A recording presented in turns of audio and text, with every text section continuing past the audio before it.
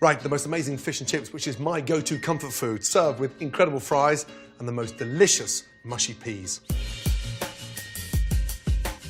For me, fish and chips screams cod. Highly sustainable, delicious, but the secret is in the batter. This is a beer batter, 00 flour, eggs, and beer. It sort of makes it lighter, crispier, and it's an amazing flavor. The secret is to make that batter the night before. The more you can let it rest, it becomes so crispy. Take your cod, run it through into seasoned flour, salt, pepper. You could jazz this up a little bit with a touch of paprika. Lightly season your fish. Too wet a fish can destroy the batter, so I like to season my fish first with salt. That extracts the moisture from the fish, which keeps the batter even more crispy. Then from there, just brush off that seasoning and just pad down the fish. That way it stays nice and firm. Into the flour and then nicely rolled. Make sure you get the ends done. Dredge the fish in the flour in order to make sure the batter sticks. Really important. And then next, into the batter. Make sure you dust off any excess flour. Otherwise you get these white clumps of flour underneath the batter. Into the batter. Let it sink. I like topping tailing my fish. I trim the top, trim the base. I've got an even piece of fish. If it's cut evenly, it's going to cook evenly. Shake off the excess flour and into the batter.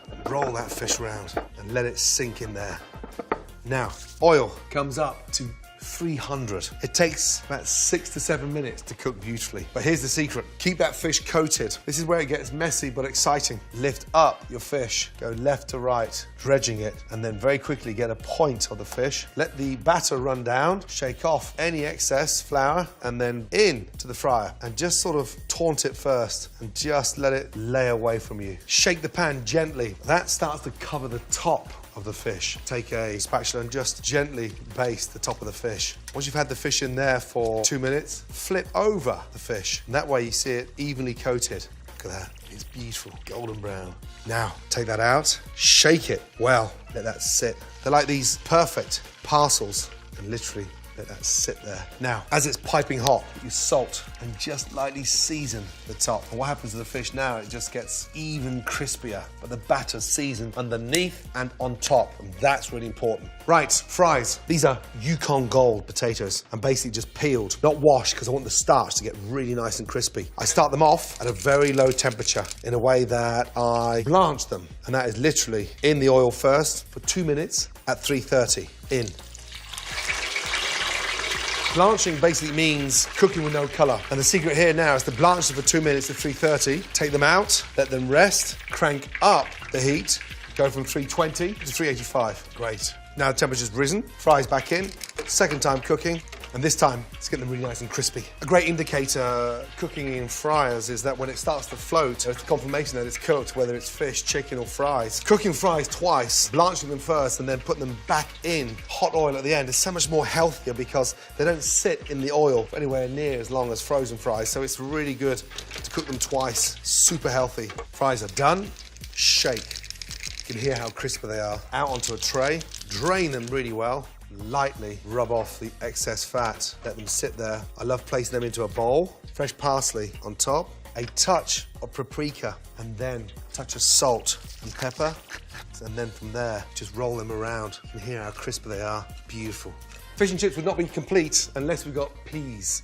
I use frozen peas all the time, so don't be scared. A splash of oil, just a splash. Peas go in, beautiful.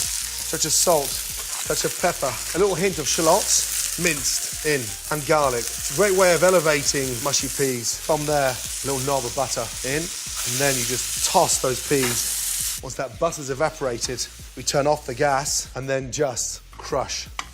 Beautiful. And that's where you take this frozen pea into a mushy pea. And we're sort of trying to break it up almost like a sort of, just like a puree. But I don't want to refine them too much because the flavour is when you burst them. Touch more butter in there. The butter gives it a really nice glossy finish. One more little finishing touch, some fresh mint. Just bring your leaves down, lay them on top of one another. Get your largest leaf on the bottom, roll it really tight, and then just shred. Let the knife do the work. Look, beautiful, fresh mint. Now sprinkle that over your peas, and that just lifts the peas beautifully. When I serve lemon on a plate, I take these bits off. These are like the posh parts. It's just like the perfect wedge or slice of lemon. And now we're ready to plate. Fish comes over. Hear how crunchy that is. Fries, place them there. Hear how crispy they are. Beautifully done.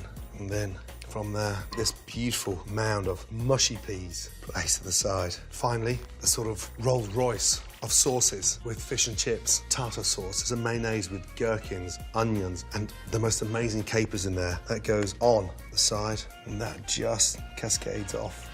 And how can you serve fish and chips without lemon? I get my lemon here and I just squeeze it over the fish onto the salt. And then got a fresh one there, literally for seconds. And there we have fish and chips a la Gordon.